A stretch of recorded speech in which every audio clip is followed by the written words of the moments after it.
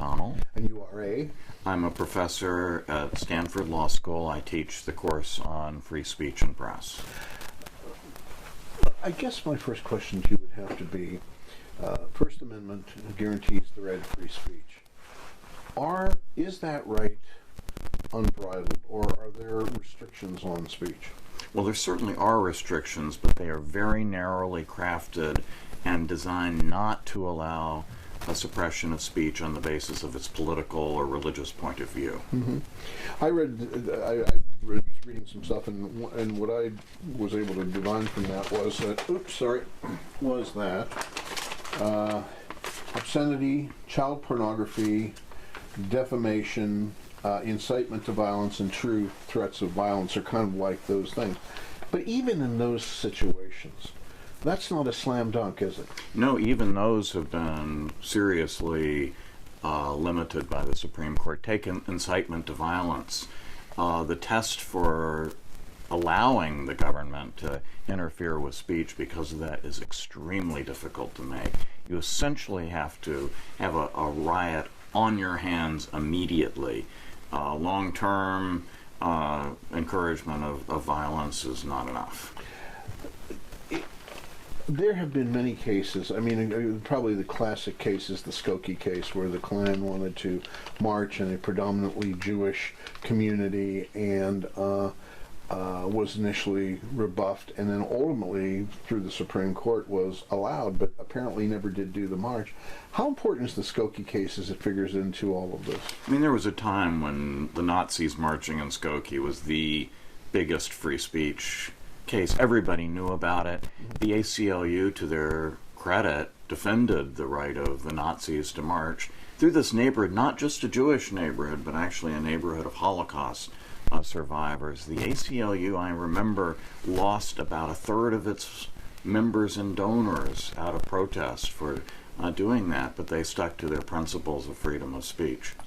If you want to comment on this, and only if you do, did you see anything in the Berkeley situation where a group of student Republicans invited a very controversial speaker, nobody questioned what his position was, brought him to a campus which relishes, if not was one of the real birthplaces of what we would call the modern free speech movement, knowing that there likely might be some sort of protest that could ultimately break out into violence. Is there anything in that scenario that suggests to you that this gentleman who ultimately didn't speak because of safety concerns, is there anything there that would have violated any of the tenets of free speech that you're aware of? Absolutely not. I mean, obviously he was a provocateur. I mean, he calls his tour the Dangerous Faggot Tour. He tells people that he's going to be provocative and insulting. Anyone who goes to hear him knows that that's true, and that is his right to do that. It is the legal and moral obligation of the University of California to protect the students and speakers who want to be able to exercise freedom of speech. University of California should be ashamed of itself for not being prepared for this. Everyone knew something like this was going to happen. They were not adequately prepared. So far as I can tell, there were not arrests. We haven't seen any punishments. The groups who shut down this speaking event are claiming victory. When bullies win, they're just going to do it again, and it's going to make students at university, actually they've already been cancellations all over the state of California, UCLA, UC Davis last week, and it's going to make unpopular viewpoints frightened to bring other speakers. Now, Yiannopoulos, I don't cry for him. He actually probably is getting more publicity than he ever had in his life. So he is not the victim of this. It is the students at the universities who want to be able to bring and hear unpopular speakers. And when thugs, organized thugs, can shut down freedom of speech for other people, we're in serious trouble. I guess my last question to you would have to be this. How do we resolve this in the future? Meaning that we know the current political environment is very divided, so probably more divided since perhaps the Vietnam War, and maybe you'd have to go all the way back to Civil War, I don't know, but it's certainly as divided as I've ever seen in my life.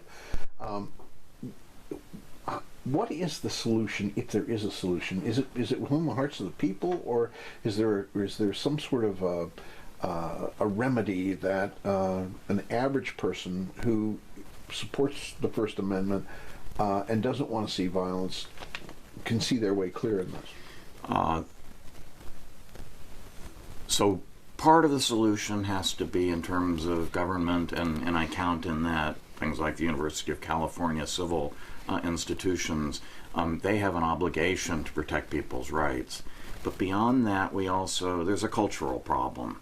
Because, I believe that the biggest threat to freedom of speech on American campuses today is not university administrators the way it was, when I was in college. Mm-hmm. The biggest threat today is other students who have somehow gotten it into their heads that when they are offended by something, that they have the right to shut down the speaker. That is a pernicious and illiberal idea.